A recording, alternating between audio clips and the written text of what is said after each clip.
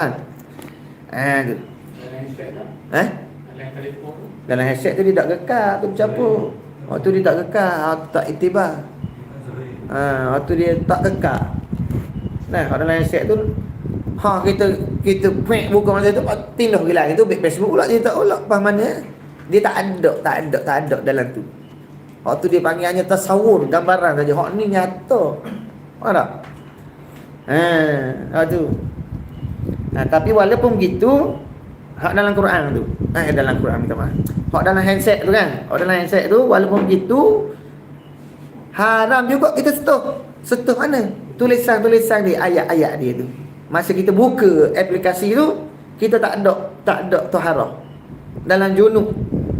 Kita nak pergi scroll dia kan. Haram juga kita sentuh atas huruf dia tu. Boleh kan? Tak ada masalah. Sebab dalam aplikasi tu dia tak nak tiba. Pasal dalam itu macam-macam ada.